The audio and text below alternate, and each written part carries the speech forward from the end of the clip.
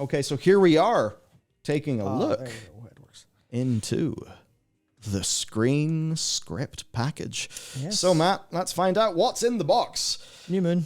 New Moon. Unfortunately, the in-game cinematic is encrypted, and only the first 5 of 7 campaign chapters are currently testable on PTR, including the Chandra's Feathermoon questline and the first 4 storylines of the Defenders of the Dream achievement. Therefore, we do not have a ton of context for what the title New Moon could mean, but let's speculate. Anyway, now from what I've heard from people who have played this content, I've taken the decision I want to, I'll talk about like, oh, let's have some fun lore speculation, but experientially, I just want to play this on my character when it's live. That's the way I want to do it. Yeah, so that's exactly why I don't want to go through a lot of this, because this is like a summary of all the stuff and I don't really want to spoil. But what I can say is New Moon is very fascinating, because I'll give you 5 seconds to spoil. You can mute if you want. We'll talk about Amir Drasil and what seems to be the finale. Say 5, 4, 3. Ozempic, and now we're going. Okay, Here, I'll use that as our sound bit. 5, 4, 3, 2, 1. Spoiler time. Amir Drasil is going to come into the world, and it's going to come into the world in the Unaran Plains, in the big hole where Marleman found the data mine tree model back in beta, and everyone went, nice, you spoiled the whole campaign, sweet. Not to Marleman, to Blizzard for putting it there. And then we're sat there going, okay, well, what is happening? There's an icon with it was the aspect of the dream. And I'll flick the camera back. Well, none of that is a surprise. We all expected that the tree was going to grow in the dream and then somehow manifest in reality. Yeah, that was what we expected. But one of the things is there was an icon. I can't remember the description, but it was attached to the aspects being re-empowered, and that was being 6 dragonflights as opposed to 5, which makes you go, what the hell? And then you see the Viranoth's in the icon. You go, okay. So Viranoth is going to be a 6th dragon aspect. The primal aspect. Achieve the primal aspect or something to that line. It's going to be a Mirdrasil that does the blessing, which is different because it was the Titans that gave the blessing, or the Titan Keepers that gave the blessing last time, which is interesting. But then we also have some stuff that makes us think, like, is ANR running a little bit of a side hustle? Yes. So one of the things about the New Moon part of this specifically is that the aspects, when they were given their power before, it was under the Embrace, which is when the 2 moons of Azeroth, the White Lady and the Blue Child, came together. And that's an event that hasn't happened again. And there's an icon, and based on the icon, and based on this New Moon things, there is certainly a case of the Embrace happening again once Amir Drasil comes through.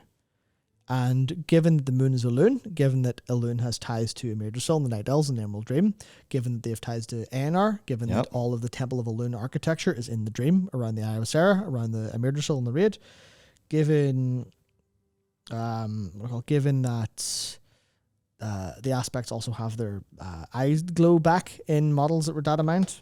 There is Blue Child is Winter Queen. That's an interesting thought. I had that. I'm not entirely sure. Whoa! That is basically perfect for what I'm about to say, though, because she's blue. But no, but then how is Zoval and Shay? I'm so confused. He's not. I need a little Joker mask forever. I bring that probably abandoned plot point up. Yeah, he's not. So one of the things that's interesting is the Embrace being the White Lady and the Blue Child. Obviously, Elune's the moon. The Blue Child could be the Winter Queen, because this is all about life and death coming together. This tree is life and death. This tree is Elune and the Winter Queen seed. So you could imagine that being put together and going, okay, well, that makes sense. They've been fucking white juice, man. You can't. So obviously you go, right, well, they've grown this thing together. It comes in, it manifests fully. It's fully grown. It's fully bloomed. Does New Moon mean they're going to combine in some capacity? Is New Moon just a allegory, like allegorical term for Elune is Mother Moon, for a new phase of the moon, for the Night Elves finally having a place to go and a place to be forward, and then all of those ideas. So that's a lot of the stuff there, but that's kind of where the speculation kind of comes in of what is the death and life stuff got to do with anything? What is their future plan for Malfurion being in the bin? And can they debin Malfurion by the end? That could you imagine if, like, I don't know. They somehow, like, at the end of this, are like, okay, Malfurion's finished with his stint in Ardenweald. Come back, Malfurion. As Sarah goes back in, Malfurion comes back, and he's now touched with death, so he's got this new druid power, possibly. There's all that stuff. It could literally be an evolution of druids, an evolution of night elves. And this is something that's fascinating because I talk about this at length in the Night Elf podcast, but the idea is, or the second one, but the idea is for the Night Elves to move forward with how they are druidically, given the Druid of the Flame trauma cult stuff about how intend to all of that, the Druids of the Flame are not the ones like that went with Fandral. They don't want to burn the world down. They want to change nature into something a more flamey form. They're kind of traumatized by the burning of Teldrassil. They can only summon like flame magic. So, you know, when they try to summon nature, fire answers instead. So they try to turn nature into something more fiery. And that becomes a thought when you think about, like, what does fire have to do with nature normally? And you think, well, you think about controlled fires, controlled burns. You think about the natural emphasis. If you're Australian or American, you know this well. Sometimes the grass just goes on fire, and that's a good thing because it's forced death. It symbolizes new life in some capacity. And that's where you can imagine a druidism and a night elf culture that goes, well, we have, since we lost our immortality for good at the end of the Third War, we haven't accepted immortality. But by this new tree, which is ties to life and death, by understanding that the Druids of the flame is a part of life, control burns are part of life, that death magic is as much a fraction of it, then we can accept our own mortality and move into this new world of we have to learn from the humans how to live a little bit because they know what it means to grow old and die and to have young and stuff, whereas the Night Elves didn't have that problem for however many years. I would certainly, I would find it easier to accept my immortality if I knew that I was just going to wake up in the Shadowlands and continue on. Yeah. So there's a lot of this like symbolically. There's a symbolically thumb up. Yeah. Yeah. There's a lot of this symbolic stuff as to whether any of that'll manifest correctly or interestingly. I don't know. I know, you know, a lot of rebirth symbology. Yeah, Anthony, I think you said something there about how the dead and elves emerge from the new tree, given new life. That's a possibility. It'd be a cop-out, but it'd be a possibility. Maybe they all return as wisps and get to do wispy things. That would maybe be okay. I just think, like, let them be wisps, and it's kind of challenging because solving trauma by a big gesture is not true. Yeah. It's not. It's a lot of slow, hard work. Like, yeah, it's slow, hard work. So I feel like what they need, rather than to like directly like we have now solved the problem, we have unburned the tree, and everyone's happy. P.S. Don't play around with firecrackers near any night elves. They may just go mental and get you. Yes. So you don't want some sort of like unrealistic, no, trauma's better. Move on. It'd be like Northern Ireland, be like, but you signed the peace process. Surely you're all friends now. It's better. It's grand. Good analogy. I like that. Out of the selection of analogies, I think that's the only one we can use. So I feel like the thing that Night Elves narratively need is just a bit of safety and a bit of slowdown. So that the things so the Night Elf content can be about Night Elves and their culture and doing Night Elf things amongst the backdrop that they're coming out of a really hard time. Night Elves kind of world building instead of plot. Yeah, but to not wholly define everything they do through the lens of the one traumatic event. Like a fairly good example, like people in the arts in Northern Ireland, at least younger people in the arts in Northern Ireland, it's like, oh really? Is your play about the Troubles? Is your play an allegory for the Troubles? Cool. No one's ever came up with that before. Love the Troubles. Love the Troubles. That's the only thing we have. The Troubles and Guinness. Oh, and the Titanic, remember that. And the Titanic. And Game of Thrones for a bit. Yeah. Yeah, that's actually a pretty good analogy where it's literally all they have to talk about is that, and it kind of it overrides any other world building they have. There's no one gets to talk about what the Night Elves are eating or how they're building or what their military movements are in smaller cases or how they feel about different things because they're all just too busy going, my tree had burned and I lost everyone, Yeah, which is so completely fair. then but- they become defined by their major big plot point rather than individual night elves being defined as people who live in that context. Yeah. So, we'll see. From what I understand, though, the handling of tree-related things has been really good in this patch, and lots of the Night Elf content has also been really good, and that stuff does actually make me fairly happy, because, Night Elf... People who like Night Elves enjoying Night Elf content in World of Warcraft, that's a new thing. Yeah. In the modern era, that is a new thing. Val'Sharah, not everybody loved because, Mal'Garan, my beloved! Yeah. But, Night Elves like Catan before, turbo love. They're Turbo yeah. love Night Elves. There are now 3 hours of me and Jared talking about this available for members and patrons. Literally 3 solid hours over 2 podcasts of us talking about the origins, where the origins came from, being the Dark Elves and basically Drow and Wood Elves combined, which made them really interesting and fascinating compared to either of them in isolation. Yeah. Because it was a bunch of negative traits combined with a load of positive traits, and that made them special. And then that, It's like, they weren't just like, oh, hello, we're the hippie elves of peace. No, Yeah, it's like our druids, no, they don't just get to turn into a cat and have fun. No, our druids are like hardcore defending the realm in sleep. We have this fucking matriarchal Amazon warrior society. Also, we are hyper violent isolationists. Yeah, it was fascinating, and then they, over the course of, they kind of didn't get an awful lot of love after it wrapped up in Cataclysm for them. Yeah. And then Mists and What Had Nothing, Legion kind of started this weird trend of... They peaked with Night Song. Because Val'Sharah was fantastic in a lot of ways, but also it really sucked in a bunch of ways as well. Val'Sharah, I think, experientially was fantastic. And I think the criticisms of, my beloved and stuff wouldn't have been as much of a criticism if there was maybe just more content to balance that experience out. Because Val'Sharah, coming from Warlords of Draenor's level up experience, which felt like it had real, brisk pacing in its main plots, things actually happening to characters, lots of genuine heroism going on. Val'Sharah did feel like, hey, hop on this ride, we're going.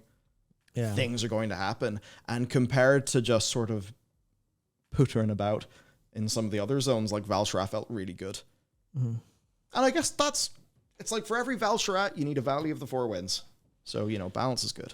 Yeah. I'm trying to hear something else that we figured out during the podcast just because I want to say it. The Night Elves actually had their major plot point stolen from them.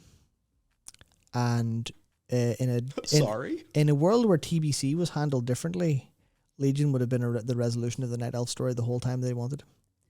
Because did you realize that in Warcraft 3, the actual story of the Night Elves was the Legion? They were the Legion's enemy.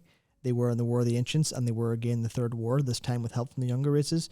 But TBC's introduction of the Draenei and the story of Kil'jaeden and Archimonde and all in Velen actually took the Night Elves' greatest enemy away from them. Split. And that was replaced and the Draenei and the Legion are a fantastic story. Don't get me wrong on that. The way that was even resolved with Velen's forgiveness of Kil'jaeden after Vengeance was fucking fantastic. Don't ask us to choose between Night Elves and Hooves. Yeah, so what was replaced then in World of Warcraft, literally in vanilla, was the Emerald Nightmare story was spun up.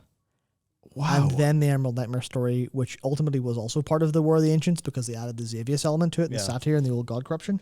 Then that ultimately came over to what happened with the Nightmare, and that been wrapped up in Legion.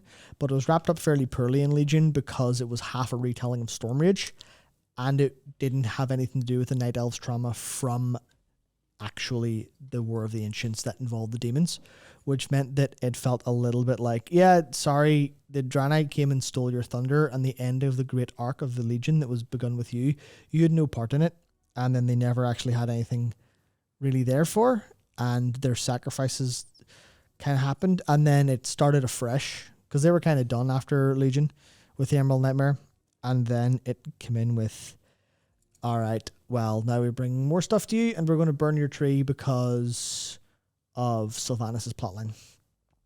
And that kicked up the whole plotline that didn't make any sense for ages. As we all know very well. Because Teldrassil was not a sacrifice. Well, Eternity was a sacrifice. Nordrassil was a sacrifice. Teldrassil was not. Nor was the seed of Demirdrassil. because sacrifice implies choice, and they have not had any for a long time. Tyranda's choice was actually taken from her, if you remember that. Anyway, I'm literally just rehashing the podcast, so you can go listen to that if you want instead for a longer discussion of this, in which I start screaming with Malfurion and Tyrande. You know the initial sound of Morgan Freeman? Morgan Freeman? I meant to say Gordon Freeman. Gordon Freeman, yeah. Those are different Freemans. You know the sound of your... pretty different, yeah. You know the sound of your suit going... As Yeah. you know, I just imagine that in reverse being played for Tyrande as she tries to... What was the anime? Turn into a big star and hit people. Bit of a... No, is that Louis Suave? Or... The fuck are you talking about? You know, Tyrande just went all... Yeah, when she flew and when she did a number of things. Was that a reference to that was anime? not a reference What's that song? specifically. No, it was just everyone just went, "That's some Dragon Ball shit," Okay. and everyone went, "Yeah, it is," and it's because why flying? Cool. So God, could you imagine if...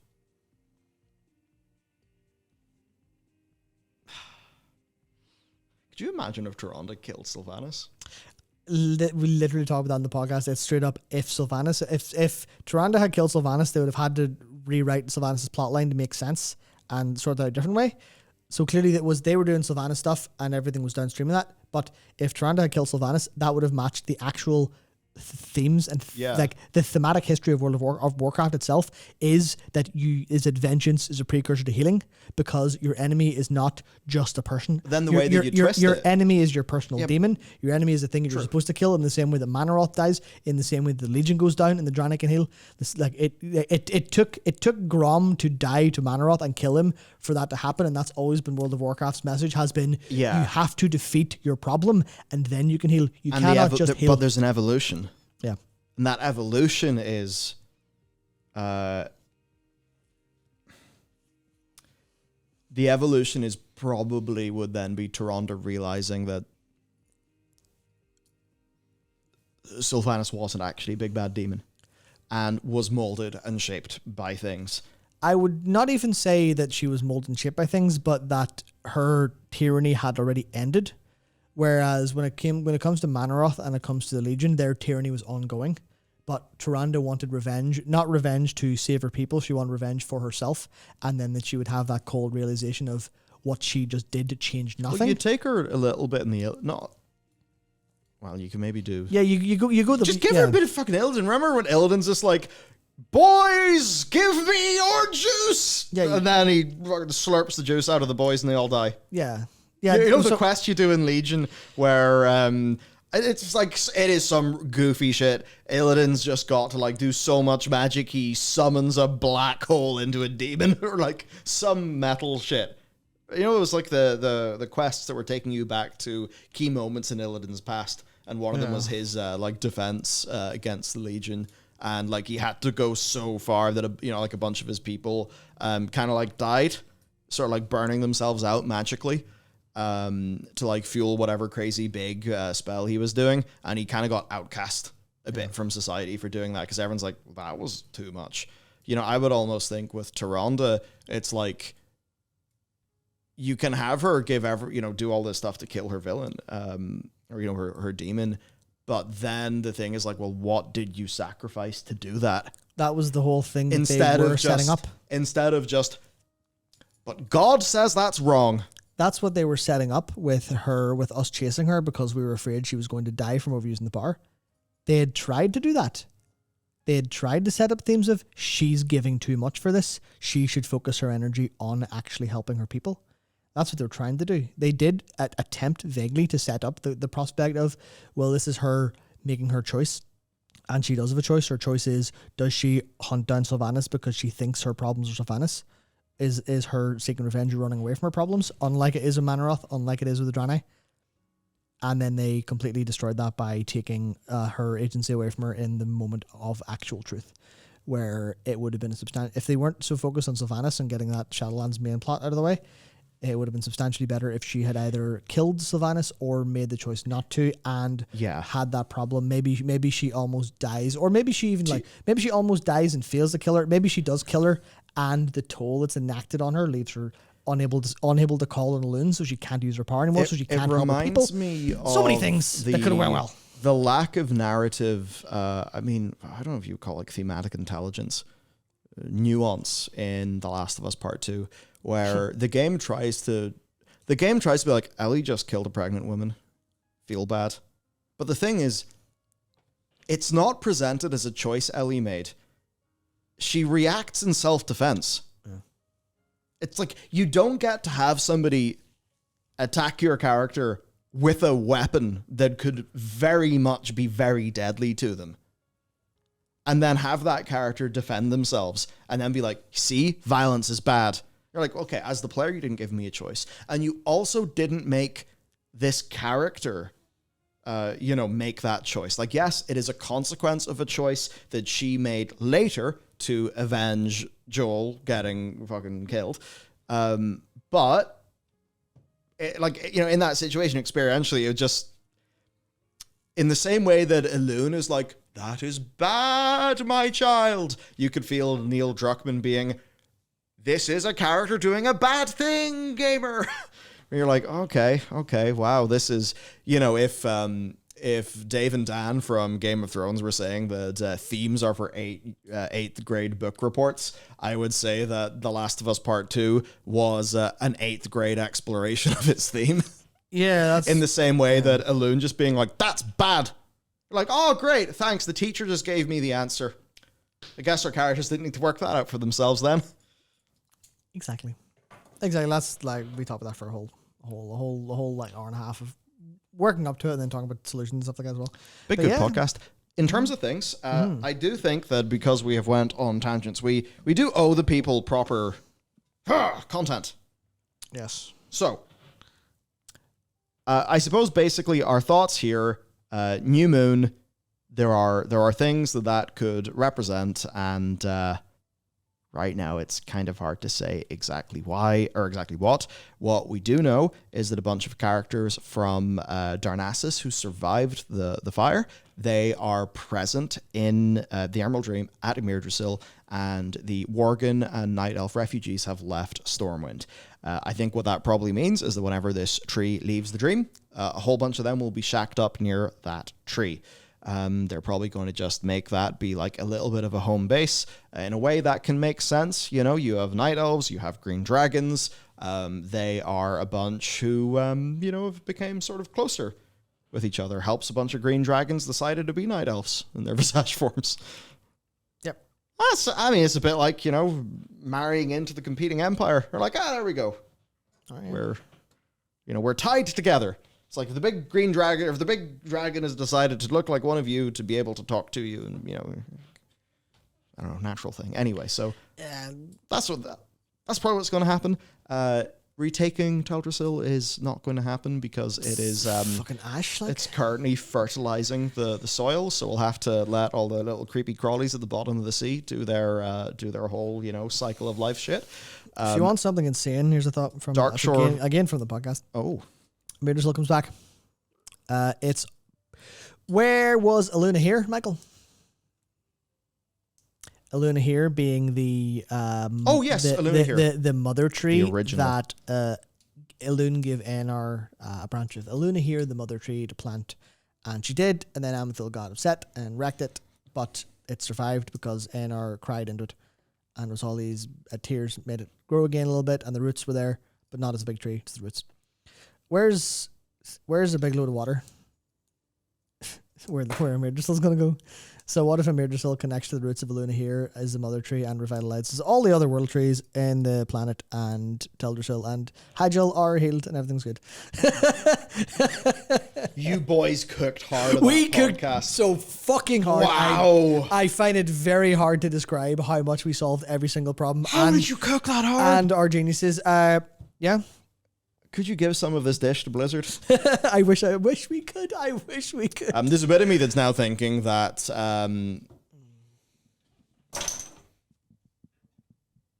Matt! That's me. Cracked it. Hello. I've cracked it. Cracked your own brain finally. Cracked it. I don't like the sound of this. The roots of Eluna here are on the other side of Azeroth. Eluna here could be the other side, yeah. Because would that make sense with Einar being there? Timelines probably. Well, that was my thought. Maybe the roots are at the backside. Amanthil hates that shit. Yep. Right, Amanthil hates that shit. He doesn't like all these friggin' druidy dragons at all. Odin creates the Storming Sea to make sure we never go back there. Because he's a storm man. And then you get to have, some life stuff happen the other side of Azeroth. Maybe you get to say that Uldaroth ends up like that, because whatever at the other side of Azeroth is, like, kind of gets loose, goes wild. Yeah. And maybe you can tie that into some of the old world content by having the Everbloom dudes who escaped during the Mag'har Orc Heritage Armor questline. Yes. Be active. That makes sense. Bam. Brilliant. Expansions. Yes. I need a trench coat full of expansions. As for the new moon, we have the Sentinels. Yeah, this is clearly it. Like, of the new moon. yeah, it's clearly Yes. the Night Elves are the new Moon, people now. Just like the in-game cinematic name. What's more curious is just the name of the armor, which is an unreleased tint of the Night Elf Heritage armor. So is this a new beginning, a new moon, also a new look, or is this going to be a kind of like a new sect of the Night Elves? Sort of interesting. Yeah.